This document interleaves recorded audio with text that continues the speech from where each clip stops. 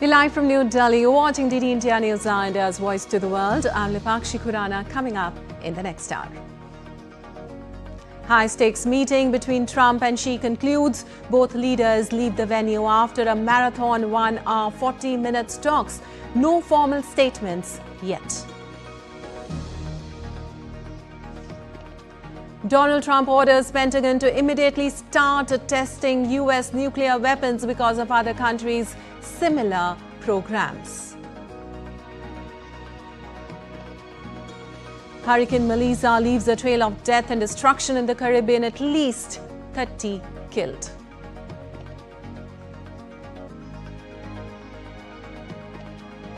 U.S. Federal Reserve cuts interest rates by a 1/4 percentage point, the lowest level in 3 years.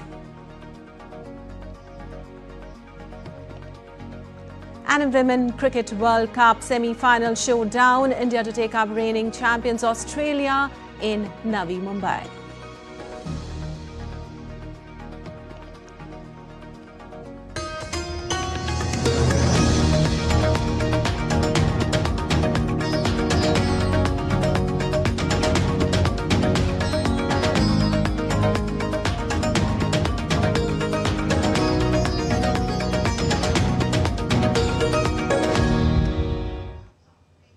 All right, let's begin with the top story this hour. U.S. President Donald Trump and Chinese leader Xi Jinping held a bilateral meeting for about 1 hour and 40 minutes longer than scheduled.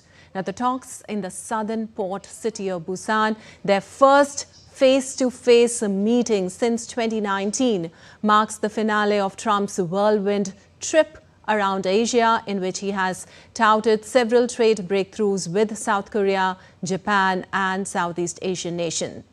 The two leaders, however, made no comments after the meeting. Earlier, as they arrived for the high-stakes meeting, both the leaders shook hands, with Trump expressing optimism of signing a trade deal. And then, as they sat down with their delegations at talks, Xi told Trump via translator it was normal for the two leading economies of the world to have frictions now and then.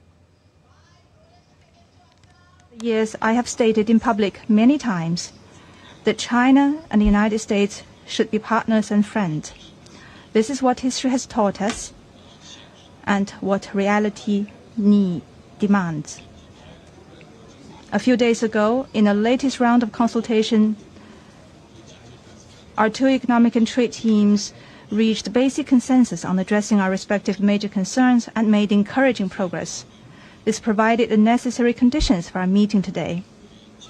Mr. President, I am ready to continue working with you to build a solid foundation for China-US relations and create a sound atmosphere for the development of both countries.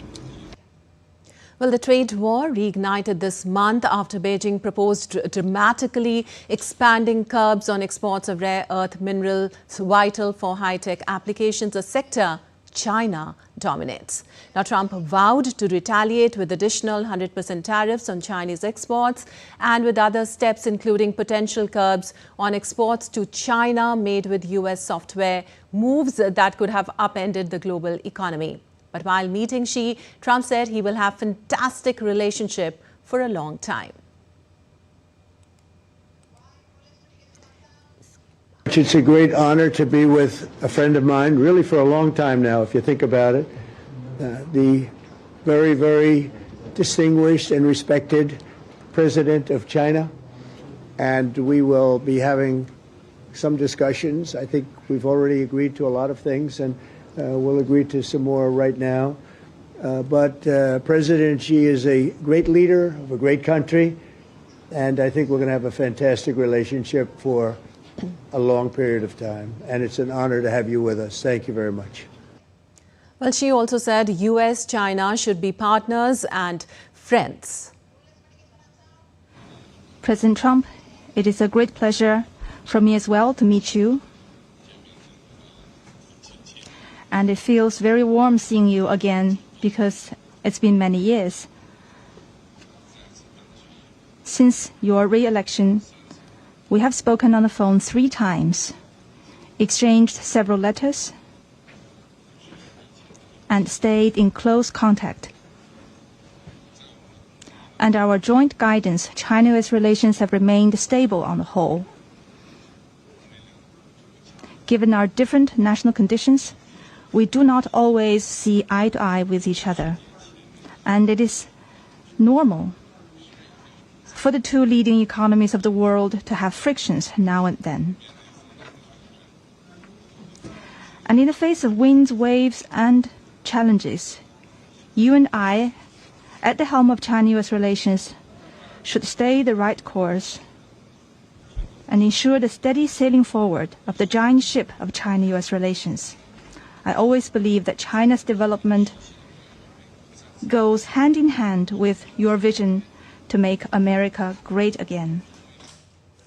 Well, on conflicts around the world, she said China and US must jointly shoulder responsibility as great powers. Mr. President, you care a lot about world peace, and you are very enthusiastic about settling various regional hotspot issues. I appreciate your great contribution to the recent conclusion of the Gaza ceasefire agreement.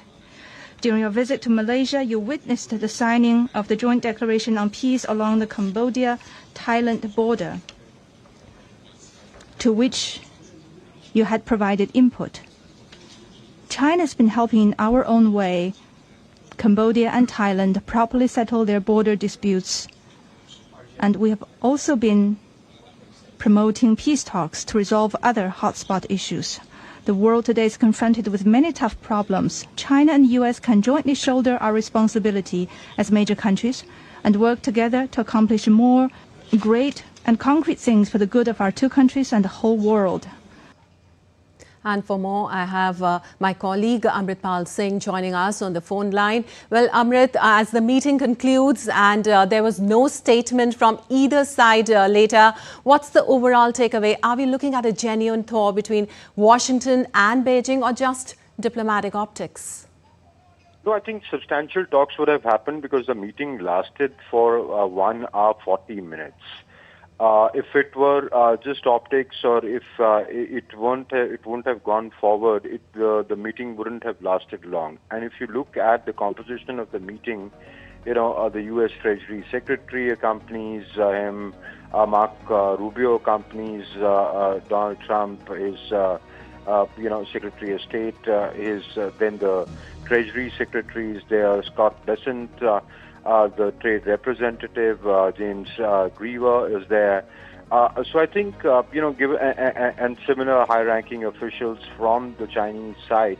So I think, the very fact that the delegation-level talks went on for so long, and there was a resolve in both sides making the right noises before the meeting, though they did not issue a statement, there would have been points of friction, as President Xi said, that it's normal to have a friction between the two sides. But, Donald Trump making the right noises, calling it the G2 meeting, saying that basically acknowledging that the Americans and the Chinese are the two greatest economies of the world. So I think despite the points of, the differences, the two sides have kind of come to realize that they have to work on convergences. Now, whether an agreement was achieved at this stage is difficult to say before both sides put out what really transpired there. But I'm sure substantial talks on trade, geopolitics, especially Taiwan, etc., would have taken place. Dipakshi? Yeah, also Amrit, both leaders had emphasized partnership and friendship in the beginning. From what you're picking up, is there any substance behind that tone, any signs of concrete agreements or next steps? That's what I'm saying. Unless both sides put out statements, it's difficult to, say whether agreements were reached. But I think they would have committed a broad... Because Amrit, Trump has also said that a lot of decisions have been made. That's right. As in, they would have, because despite, the two leaders meeting after 6 years, at the diplomatic level, at the official level, exchanges do take place. Though, I mean, Donald Trump is given to hyperbole, but the Chinese have made no such statements. The Chinese still maintain their stance that if Donald Trump, threatens to impose the kind of tariffs he's threatened to, then be it so. And I think Donald Trump also now realizes that given the fact that how entrenched China is into global supply chains, it's difficult to browbeat China or arm twist China into submission, as he has been, able to get his way with other parts of the world. So I think both sides would have exchanged that. Now, whether nitty-gritties have been worked out or teams would be formulated, but yes, broad resolve to take it forward and de-escalate tensions would have happened, and specific areas would have come up with discussion.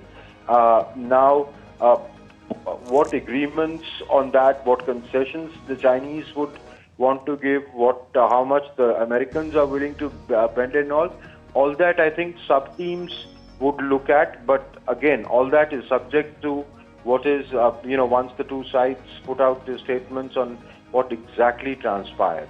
Devakshi? All right. So, of course, President Trump is also saying that he'll be providing conclusions on very important things soon.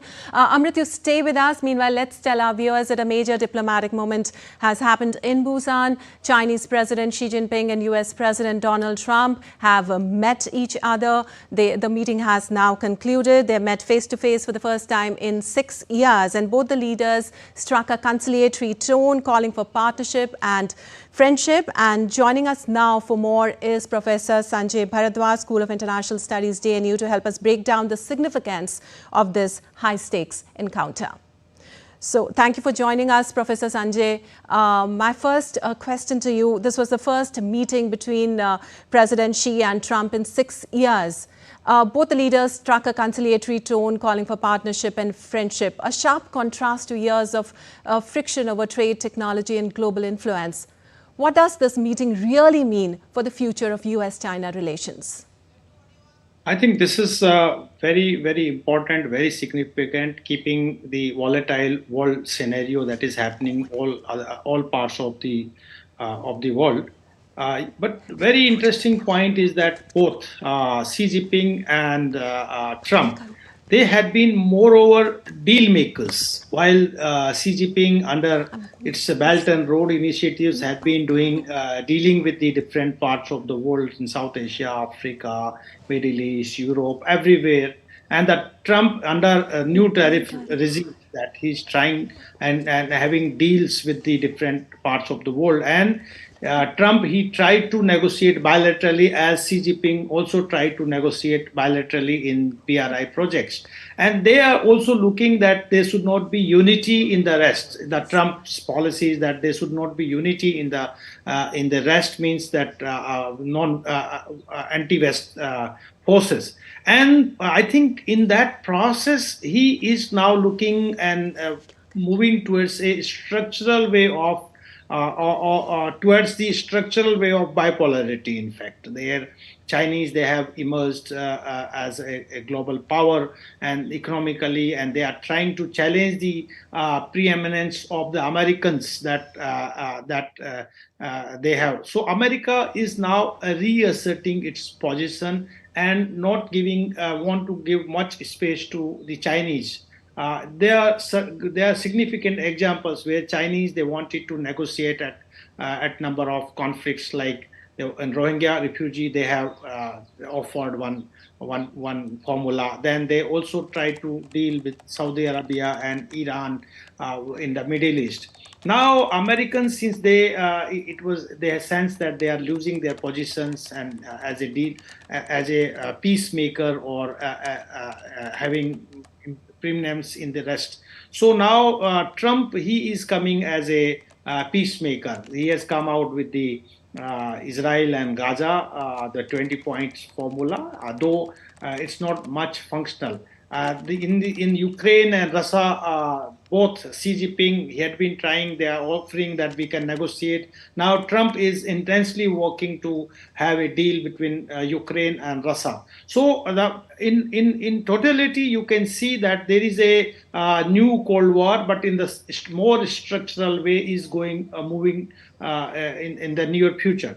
If you will see that there are deep divergence of interest between China and the Americans, particularly on the issue of nuclear, where Trump is looking to disarmament and denuclearizations, but the Chinese they have revised their nuclear policy. They are looking forward to have 900 and 1,000 nuclear bombs. So Trump is eyeing on that nuclear programs. Of course, the trade is very critical, very serious issues, and that has basically bipolarized the world between the West and the rest. But he has found that rest is not united on the issue of Trump on the trade, and so he is bilaterally negotiating. The third very important issue, again, the rest is united, is the climate change and climate justice, where China and India, they are coming together. So these are the three crucial issues. But other than these three crucial issues, how the Americans will cope with the issue of democracy, where they were looking forward to have a democratic institutions and regimes, liberal democratic regimes globally, including China and the other parts. The other is the issue of human rights, and they have been pointed out a number of human rights violence in China, and are they accepting that whatever that internal developments are taking place in China, the Americans are okay with that. The third is, of course, the Taiwan issue, and the fourth is Tibet issues. Are these issues will not much relevant for the Americans? These are the divergence of issues, but I think Trump is now in the process of making its policy that making America great again. He is now in reconciliation mood, because there is complex interdependencies between China and the Americans, and the Americans are not getting much on the issue of economic and trade. So they are now basically trying to patch with the Xi Jinping that let's make America great again, and then we will deal with the Chinese, and because the Chinese now they have developed a no limit partnership with the Russians. So the Americans, they are very apprehensive. They are looking very carefully the developments taking place in that non-Western blocs, and we have also seen that this happens in case of SCO summit in China, that all the non-West countries, they have come together. So the American, now Trump, they are looking forward to engaging with the Chinese, so that the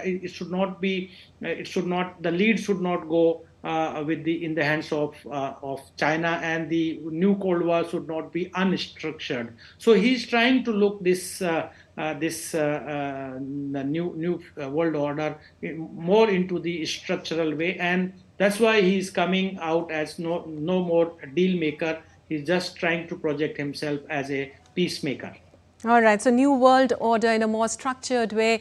Amrit, I want to ask you that Trump has said that the meeting was amazing, that both the countries will have wonderful relations for a long time. Earlier also, both the leaders emphasized partnership and friendship. What do we make out of this? What does this renewed dialogue tell us about where the US-China relations are now headed? Donald Trump is given to hyperbole. Let's first, accept that. He makes these kind of statements, then whether that's indicative of the progress in the talks, one can't say unless both sides put out statements, as I said.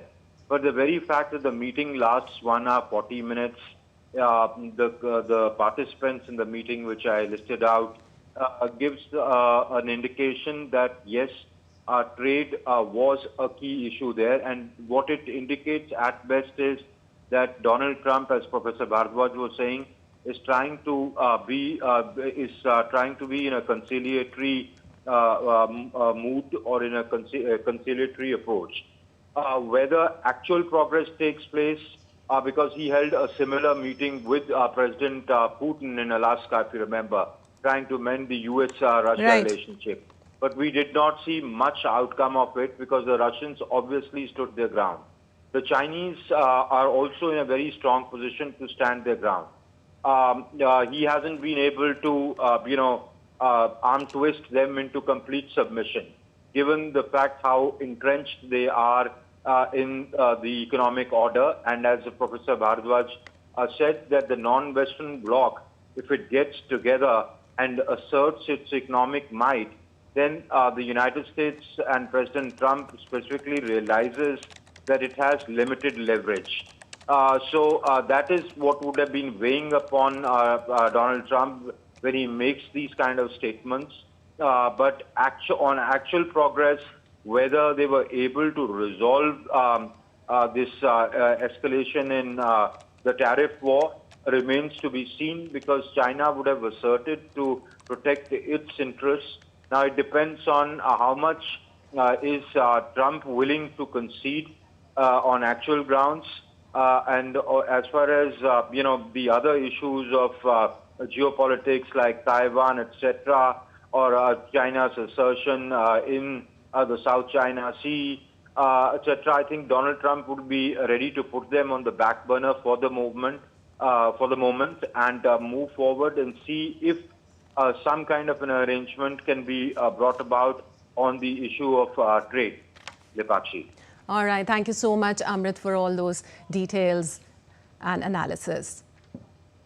And Professor Bharadwaj, I also want to ask you that both leaders spoke very warmly this morning, calling each other partners and friends. Do you see this as a genuine goodwill or more of a diplomatic performance? Like President Xi said, it's natural to have friction, but stress that ties must stay on the right course. How should we read that line? Trump also said that he'll be going to China soon. No, very good question in a way, because if they have engaged themselves 100 minutes, then it's not just I was. I think there is a positive signals that they are looking to have amically to resolve all the issues amically, and that because the world is confronting.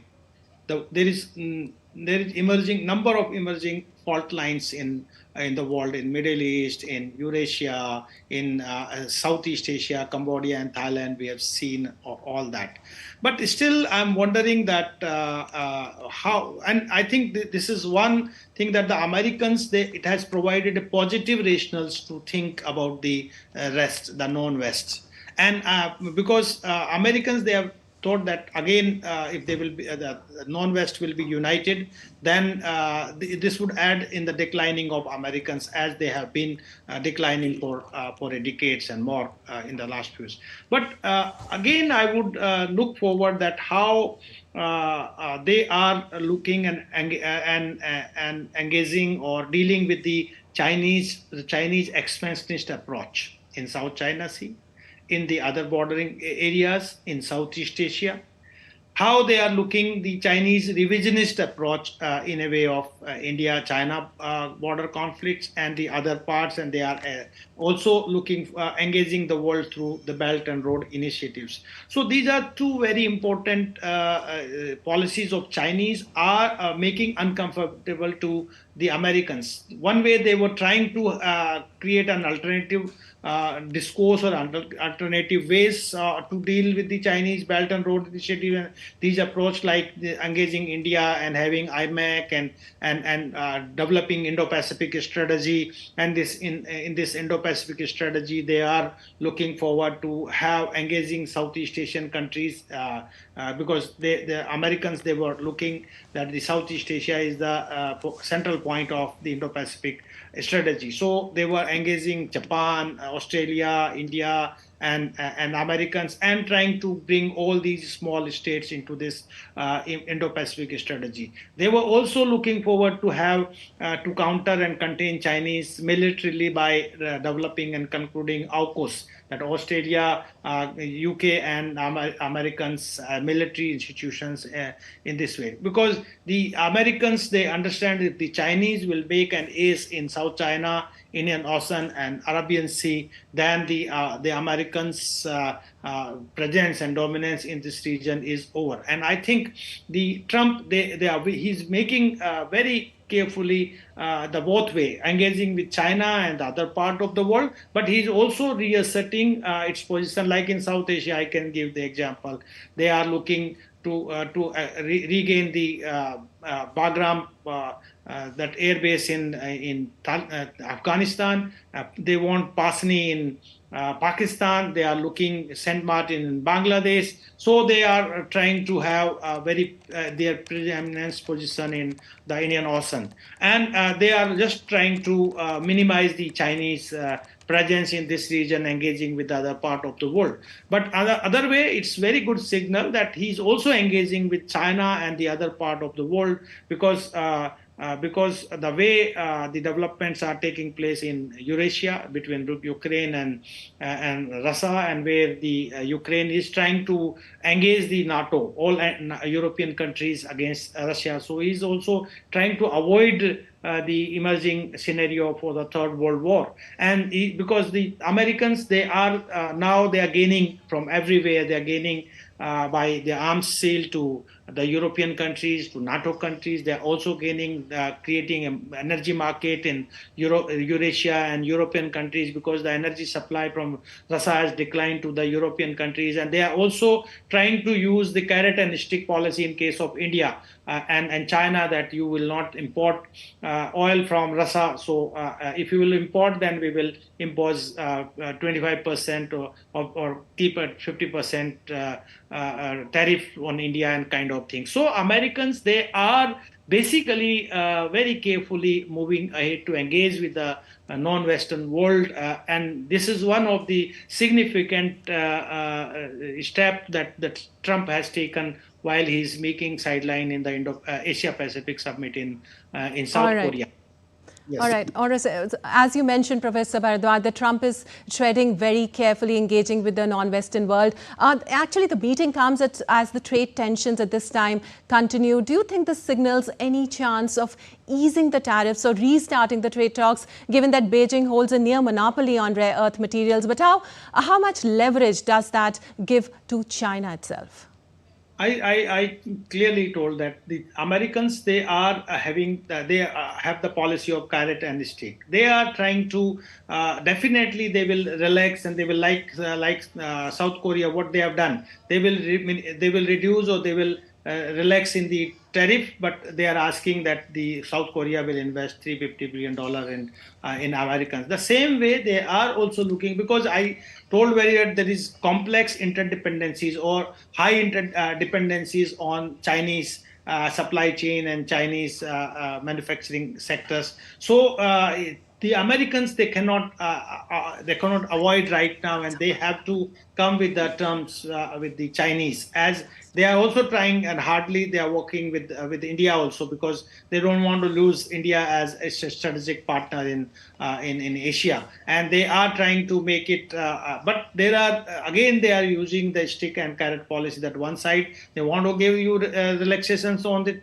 tariff, but other sides they are trying to engage you, and they are trying to come out with the coercive diplomatic measures to engage you, or to come with the terms with the Trump. So this policies they are working with in China also, and I'm sure that with China, because they want to sustain their economy. You know that how much trade between China and India is China and America is there, where the Americans, they have trade deficits. They have trade deficit with India also, but and so they don't want to lose this huge supply chain and manufacturing sector that had happened in China after the globalizations, when the globalization process was taking place.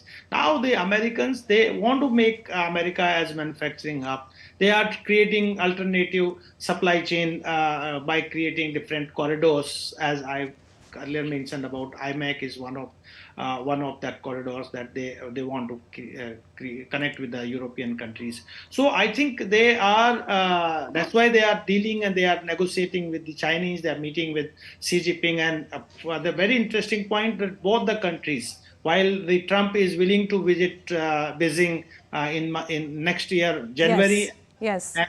And Xi Jinping is also agreed that they will also travel to America in the later 2026. So I think these, and there should be, I think, because there are pressing issues of climate change, trade. They are pressing issues of the emerging conflicts in different part of the world.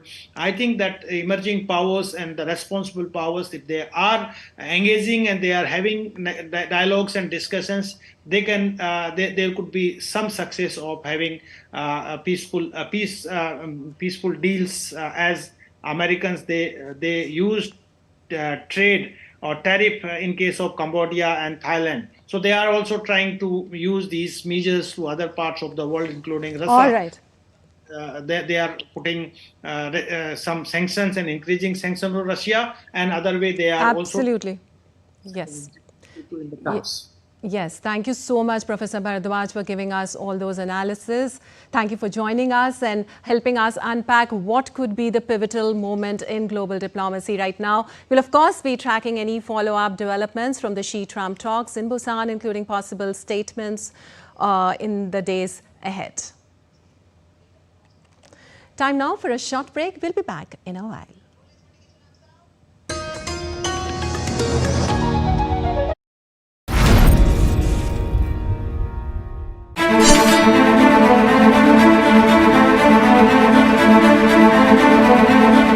Reddit users are debating whether British even used the divide and rule policy. This question of whether there was divide and rule is like asking sort of whether the sun rises in the east. It was to accentuate the sense of separation and difference, which ultimately culminated in the tragic horrors of partition. Freedom struggle was a struggle for everybody. How can we accept the logic that had divided the nation? The original sin is right at the feet of the British.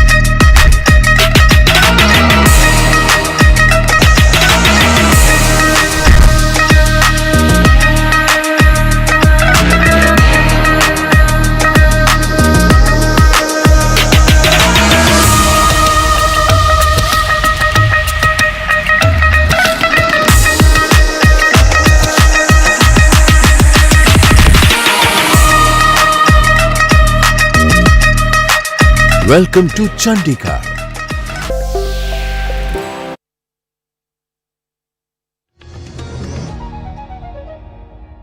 Welcome back. You're watching DD India Newshour. I'm Lipakshi Kuran, and time now for a quick recap of the headlines. Trump cuts China tariffs to 47% after a marathon meeting with Xi in South Korea.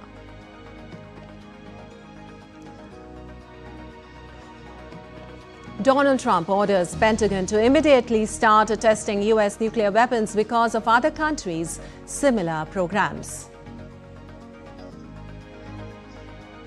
Hurricane Melissa leaves a trail of death and destruction in the Caribbean, at least 30 killed. US Federal Reserve cuts interest rates by 0.25 percentage point, the lowest level in 3 years. And in Women Cricket World Cup semi-final showdown, India to take up reigning champions Australia in Navi Mumbai.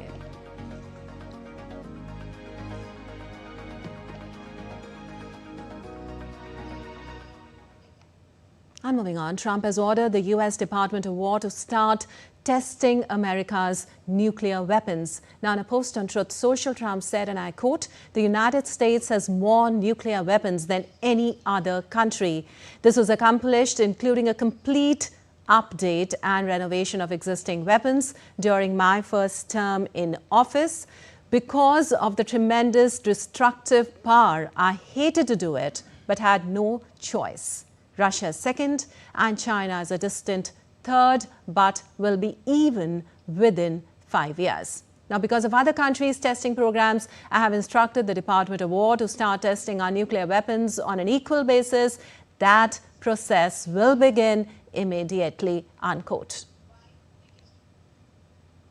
Also, Russian President Vladimir Putin on Wednesday announced that Russia had successfully tested its Poseidon nuclear-powered super torpedo. The test was met with international condemnation, including from Trump, who called it inappropriate, as he is pushing the Kremlin to come to the table and negotiate a deal to end the Russia-Ukraine conflict.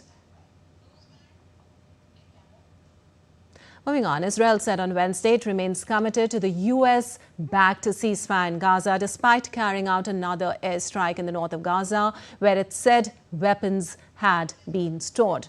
Now, the killing of an Israeli soldier in Gaza on Tuesday has triggered the worst escalation there since the ceasefire brokered by U.S. President Donald Trump came into effect on October 10th after 2 years of conflict triggered by deadly Hamas-led attacks on Israel.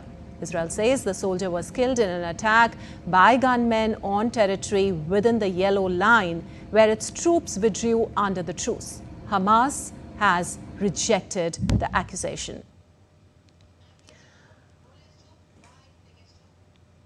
Israel described Wednesday's attack as a targeted strike near Beit Lahaya in the north of the Strip. It named 24 targets, including one it described as a Hamas commander who took part in an attack on a kibbutz during the October 7, 2023. The latest flare-up has underscored the stumbling blocks to a lasting peace. Now, key questions of Hamas disarming, further Israeli troops pullbacks, and future governance of Gaza remain unresolved. An Israeli Prime Minister visited a military facility in southern Israel on Wednesday where U.S. troops are monitoring the truce. Benjamin Netanyahu said it remains committed to the U.S.-backed ceasefire in Gaza, in which disarming of Hamas and demilitarizing Gaza is ultimately achieved. We want to ensure that the goal President Trump and we agreed on of disarming Hamas and demilitarizing Gaza is ultimately achieved, and we are working on this in stages, together with other components of the plan. I believe that with cooperation, we have already done things that have amazed the world, both in Iran and in the release of our hostages alive, which no one believed we would succeed in. Well, meanwhile, Al-Azhar University in Gaza has reopened its gates, welcoming its first new students in 2 years since the Gaza ceasefire came into effect. The conflict between Israel and Hamas had brought life in the Gaza Strip to a near standstill, forcing universities to suspend teaching and enrollment. The registration area at Al-Azhar University was bustling with students. For many of them, this represents not just the start of the new semester, but a signal that life is beginning anew. Before the conflict, Gaza had 51 universities and colleges providing education to 226,000 students. Now, the conflict turned most of them into ruins, with numerous books and research materials burned.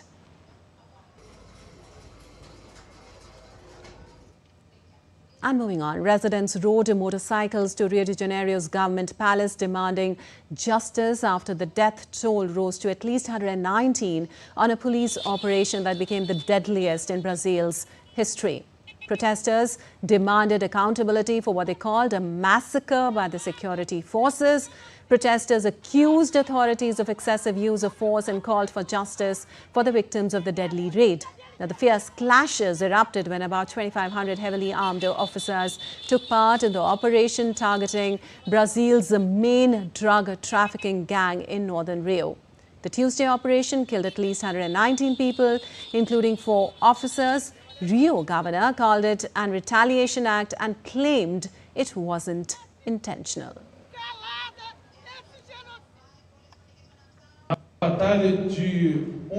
In yesterday's battle, the police emerged victorious. I repeat, our 4 victims were the 4 police officers killed. The rest were criminals. It wasn't our intention to kill anyone. We wanted to arrest them all alive. but it was retaliation. It was a consequence of the retaliation they carried out and the disproportionate use of force by those criminals. Well, in Netherlands, the centrist D66 party made huge gains, likely giving it the lead in government formation as the party of far-right leader Geert Wilders lost support. Now, with 90% of the votes counted early on Thursday, D66 and Wilders' Freedom Party were both projected to take 26 seats in the 150-seat lower house of parliament. It was a sharp fall for the Wilders from a record showing in 2023. While D66 made the biggest gains and almost tripled its seats. Also, Wilders expressed disappointment over his party losing seats. The result opened a path for D66 leader Rob Jetten to form a government as the youngest and first openly gay Prime Minister of the Netherlands, subject to coalition talks.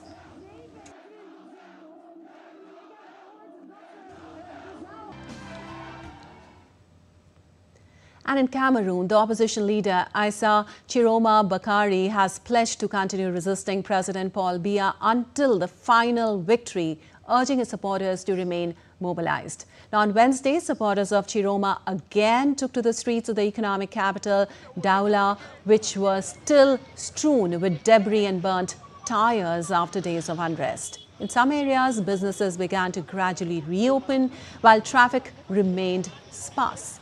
Crowds stocked up on essentials at the few open markets, fuel stations and bakeries, fearing more unrest and shortages.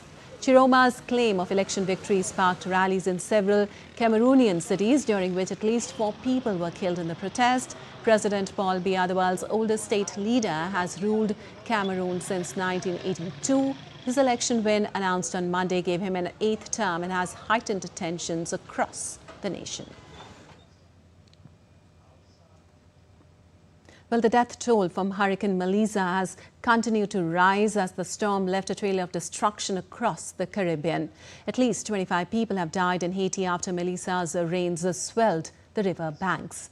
Hurricane Melissa is moving over the Bahamas, where life-threatening storms, surges and heavy rainfall are expected across portions overnight. Now, the forecast extends to both Bahamas and the Turks and the Caicos, and it goes on with warnings for Thursday for Bermuda. In Jamaica, authorities confirmed 4 bodies had been recovered on Wednesday. Melissa slammed into Jamaica as a record-breaking and destructive Category 5 storm before being downgraded to a Category 3 when it hit Cuba. Melissa was downgraded to a Category 1 storm late on Wednesday with maximum wind speeds of 90 meters per hour before it hits the southeast or central Bahamas.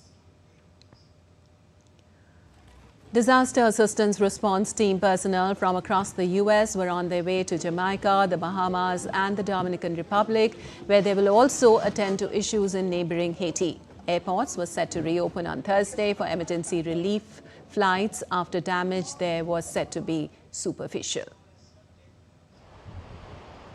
Across eastern Cuba, authorities evacuated around 735,000 people as the storm approached. Most remained in emergency centers. Cuban President Miguel Diaz-Canel said the country had suffered extensive damage and warned residents against letting down their guard as rains continued to lash the region. And time now for a short break. We'll be back in a while.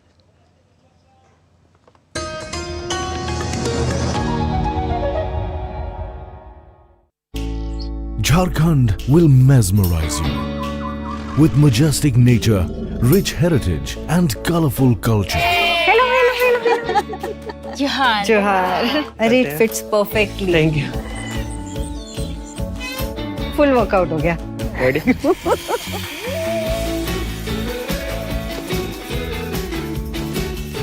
Postcards from Jharkhand on National Geographic.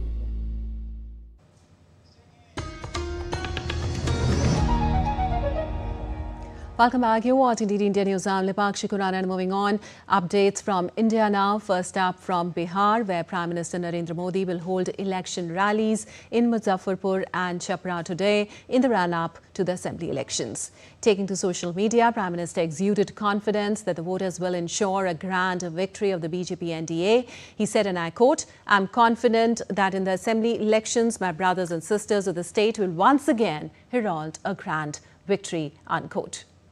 Prime Minister Modi kicked off the NDA campaign for the upcoming Bihar Assembly elections by addressing rallies in Samastipur and Begusarai on October 24th. The Assembly elections will be held in two phases on November 6th and 11th. The results will be declared on the 14th of November.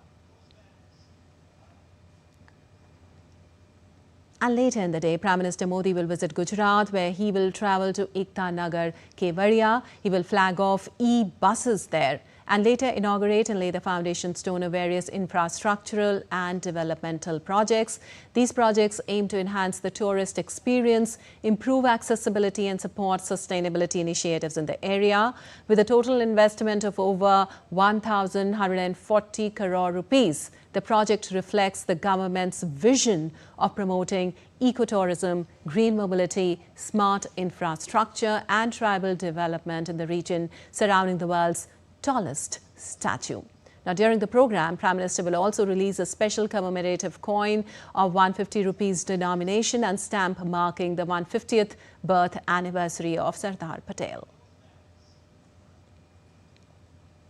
An External Affairs Minister, Dr. S. Jaishankar, highlighted that an early conclusion of the proposed India-European Union Free Trade Agreement could play a crucial role in stabilizing the global economy and strengthening the democratic forces. The Jaishankar made the remarks after meeting a high-level trade delegation from the 27-member European Union, which is currently visiting India to advance discussions on finalizing the long-pending FTA.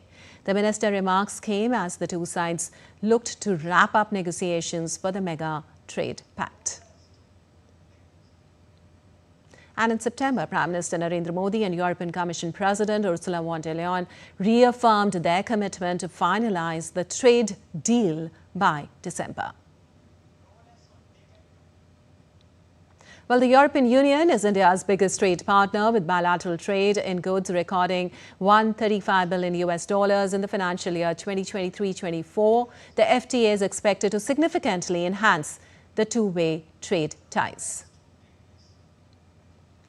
Also, India and the European Union concluded the 14th round of FTA negotiations in Brussels on the 10th of October. And Defence Minister Rajnath Singh will participate in this year's ASEAN Defence Ministers meeting plus to be held in Kuala Lumpur. He will address the forum on reflection on 15 years of ADMM plus and charting the way forward. On the sidelines of the ADMM Plus, the second edition of ASEAN-India Defence Ministers' informal meeting under the chairmanship of Malaysia will be held on Friday, where defence ministers from all ASEAN member countries will take part. Now, the meeting aims to further strengthen defence and security cooperation among the ASEAN member states and India and advance the Act East policy. Rajnath Singh will also hold discussions with the participating ADMM Plus nations on greater cooperation in a wide range of areas, as well as the senior leadership from Malaysia. And a multi-party Indian parliamentarian delegation is currently in New York, representing the country's stance at the United Nations General Assembly on various issues. BJP MP Daggubati Purandeswari delivered India's national statement at the UNGA plenary on the report of the International Atomic Energy Agency on Wednesday. She underscored India's strong support for the agency's pivotal role in facilitating the peaceful, safe and secure applications of nuclear science and technology. She also highlighted India's progress in nuclear power and research, including indigenous CAR T-cell therapy, is improving access to affordable cancer treatment. As a responsible nuclear power with advanced technology, India remains committed to expand peaceful applications of nuclear technology, both in power and non-power sector, while ensuring the security of nuclear and radiological materials. India has a robust nuclear safety culture and an impeccable safety record. India will continue to support the agency in its efforts to provide a robust, sustainable, and visible global nuclear safety and security framework. Well, today marks the birth anniversary of Dr. Homi Jahangir Bhabha, the visionary physicist who laid the foundations of India's nuclear program. Well, often called the father of Indian nuclear science, his legacy continues to power the nation's scientific ambitions. DD India's Akshay Dongre tells us more. Born on October 30, 1909, in Bombay, Homi Jahangir Bhabha was destined to shape India's scientific destiny. Educated at Cambridge, Bhabha's brilliance shone early. His pioneering work on cosmic rays earned him global recognition. At the outbreak of World War II, Bhabha returned to India, and soon after, his vision took form. In 1945, he founded the Tata Institute of Fundamental Research, the cradle of India's atomic energy program. Just 3 years later, India's tryst with nuclear power began with the Atomic Energy Commission, chaired by Bhabha himself. His dream to harness atomic energy for peaceful purposes became the cornerstone of India's scientific progress. Under his leadership, India built its first nuclear reactor, Apsara, in 1956, placing the country among the world's atomic pioneers. But his life was tragically cut short in 1966 in an air crash near Mont Blanc. Yet his legacy lives on in the Bhabha Atomic Research Centre, in India's space and nuclear missions, and in every young scientist he continues to inspire. And today, as India strides into an era of advanced technology and clean energy, Dr. Homi Bhabha's vision remains a guiding light, reminding us that science in the service of humanity is the truest form of nation building. New Delhi, Akshay Dongre, DD India. And in business news, the U.S. Federal Reserve on Wednesday announced its second quarter-point rate cut in a row to bolster the flagging labour market in a move that highlighted the growing division in its ranks. Now, the policymakers voted 10-2 in favour of lowering the bank's key lending rate to between 3.75% and 4%. Opposed to the action were Fed Governor Stephen Miran, who backed a bigger half-point cut, and Kansas City Fed President Jeff Schmidt, who preferred no change to the target range for the federal funds rate at this meeting. Also, the decision to cut rates boosts the U.S. economy at a time when businesses are still digesting the effects of President Donald Trump's sweeping tariffs, and buys policymakers some more time as they wait for the end of the government shutdown. Higher tariffs are pushing up prices in some categories of goods, resulting in higher overall inflation. A reasonable base case is that the effects on inflation will be relatively short-lived, a one-time shift in the price level. But it is also possible that the inflationary effects could instead be more persistent, and that is a risk to be assessed and managed. In the committee's discussions at this meeting, there were strongly differing views about how to proceed in December. A further reduction in the policy rate at the December meeting is not a foregone conclusion. Far from it. Policy is not on a preset course. Well, you're watching DD India News. Our time now for some sports news. It's a blockbuster semi-final at Navi Mumbai's D.Y. Patil Stadium as India faces defending champions Australia in the Women World Cup 2025. Now, India chases their maiden World Cup title, while seven-time champions Australia aims to extend their dominance. India suffered a setback with opener Pratika Rawal ruled out and Shefali Verma replacing her. A thrilling battle awaits as India looks to end Australia's unbeaten World Cup streak since 2017.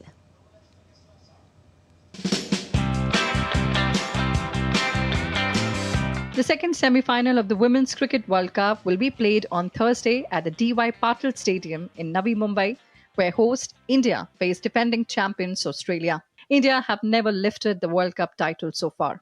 In the World Cups, Team India has faced defeats twice in the semi-finals and twice in the finals. And notably, 2 of those 4 losses came against Australia. Looking at their head-to-head record in World Cup knockout matches, the two teams have met 3 times, with Australia winning twice and India once. In the 1997 World Cup semi-final, Australia defeated India by 19 runs. In the 2005 World Cup final, Australia beat India by 98 runs. And in the 2017 World Cup semi-final, India defeated Australia by 36 runs. Since that semi-final loss in 2017, Australia have not lost a single World Cup match. Overall, in women's ODIs, India and Australia have faced each other 60 times, with Australia winning 49 and India winning 11. Ahead of the semi-final, Team India suffered a major setback as in-form opener Pratika Rawal has been ruled out of the tournament due to injury. Shefali Verma has been included as her replacement. The opening pair of Smriti Mandhana and Pratika Rawal had been an excellent touch lately. So testing a new opening combination in a crucial semi-final will be a challenge for India. या मुझे दो दिन पहले पता लगा जब मैं अपनी हरियाणा टीम के साथ थी. Absolutely what happened with Pratika. As a sports person देख के अच्छा नहीं लगता है एंड कोई नहीं चाहता किसी भी स्पोर्ट्स पर्सन को ऐसी इंजरी हो, बट भगवान ने मुझे कुछ ना कुछ अच्छा करने के लिए यहाँ भेजा है एंड एब्सोल्युटली पापा फैमिली सभी बहुत खुश हुए एंड रियली हैप्पी कि आई हूँ टीम में और ये बहुत अच्छा मौका मेरे लिए. अगर मैं खेलती हूँ तो मैं अपना बेस्ट दूंगी. On the other hand, Australian captain Alyssa Haley returns to the side after missing 2 matches due to injury. In the previous game, Alana King made history by taking 7 wickets for just 18 runs, registering the best ever bowling figures in Women's World Cup history. We expect a tough contest, there's no doubt about that. I think every time we've played here, it's been a tough contest. It's obviously really good conditions and there's going to be, by all accounts, a massive crowd. And, you know, I know that India are a really strong batting order. They throw everything at us. So we certainly need to make sure that we're ready for them and they bat with a lot of depth. When the two teams met earlier in the group stage of this World Cup, India had set a massive target of 331 runs. But Australia chased it down successfully, setting a new world record for the highest successful chase in Women's World Cup history. Australia is 7 times world champion and unbeaten in the last 15 World Cup matches. The last team to defeat Australia in ICC knockout stage was India, and it's expected that India will repeat the feat in front of their home crowd and make it to the finals of their home World Cup. With camera person Ashish Sharma, this is Suchitra reporting for DD India in Navi Mumbai. All right, that's all for this edition of DD India News Hour. But let us know your thoughts on the news of the day. For those on the go, you can get all the latest news and updates from India and across the world on the DD India mobile app. The app is available on both Android and iOS platforms. Scan the QR code on the screen to download now. We'll be back with more news as it breaks here on DD India. I'm Lipakshi Khurana from all of us here in Delhi. Thanks for watching DD India News Hour.